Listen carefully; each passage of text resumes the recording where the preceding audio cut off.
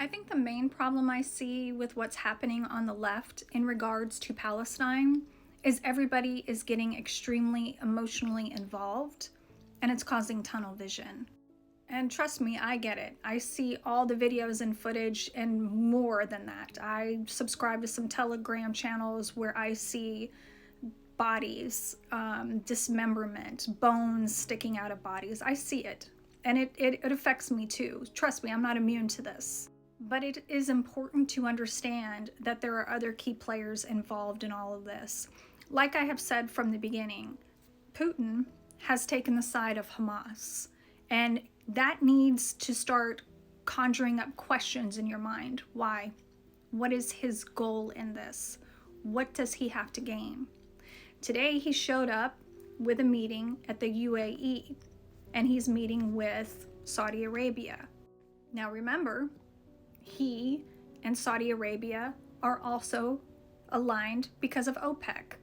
The war in Ukraine is not going very well for Putin. He's very desperate at this moment.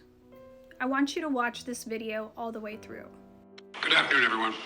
I'd like to speak to you today about an urgent responsibility that Congress has to uphold the national security needs of the United States and, quite frankly, of our partners as well. This cannot wait. Congress needs to pass supplemental funding for Ukraine before they break for the holiday resources. As simple as that. Frankly, I think it's stunning that we've gotten to this point in the first place. While Republicans in Congress are willing to give Putin the greatest gift he could hope for and abandon our global leadership, not just Ukraine, but beyond that. If Putin takes Ukraine, he won't stop there. It's important to see the long run here. He's going to keep going. He's made that pretty clear. If Putin attacks a NATO ally, then we'll have something that we don't seek and that we don't have today. American troops fighting Russian troops.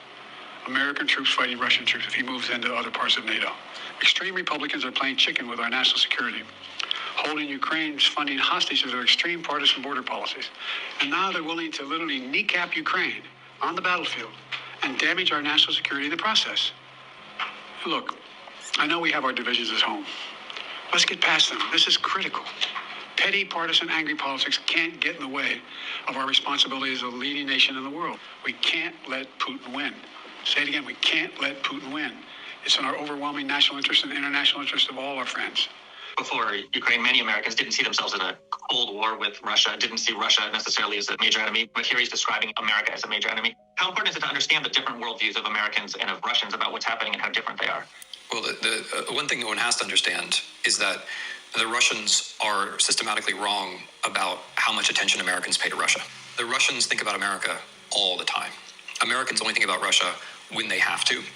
And that is not a reality which Russian leaders can afford to recognize or talk about, because their power or their ideology power rests on the idea that there are great powers in the world. Russia, America, China. Russia is one of these great powers. And so the basic reality that Americans actually don't really like to think about Russia, they don't think about Russia that much, it would be something which is absolutely unacceptable. But that's a fundamental difference in worldview. Russian leaders are thinking about, not thinking about domestic politics, thinking about foreign policy all the time. And foreign policy is a kind of duel of great powers. American presidents, American public opinion, the American columnists, they're not thinking that way. We only react to Russia when we absolutely have to.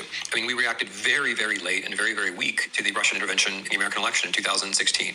When Mitt Romney said, when he was campaigning against Barack Obama, that Russia was a serious threat, everyone laughed at him, except the Russians, who would kind of like to think that they were a serious threat. When Obama says that Russia doesn't matter because it's only a regional economy and so on, he's saying something which to the Russians is absolutely incomprehensible. They think of themselves as a great power and they want to prove that they're a great power. So the biggest difference is that Russians really like to think about America because American enmity, the idea that America is trying to hurt Russia, gives Russia a sense of meaning, whereas Americans absolutely do not need Russia for their sense of themselves. That's the basic difference.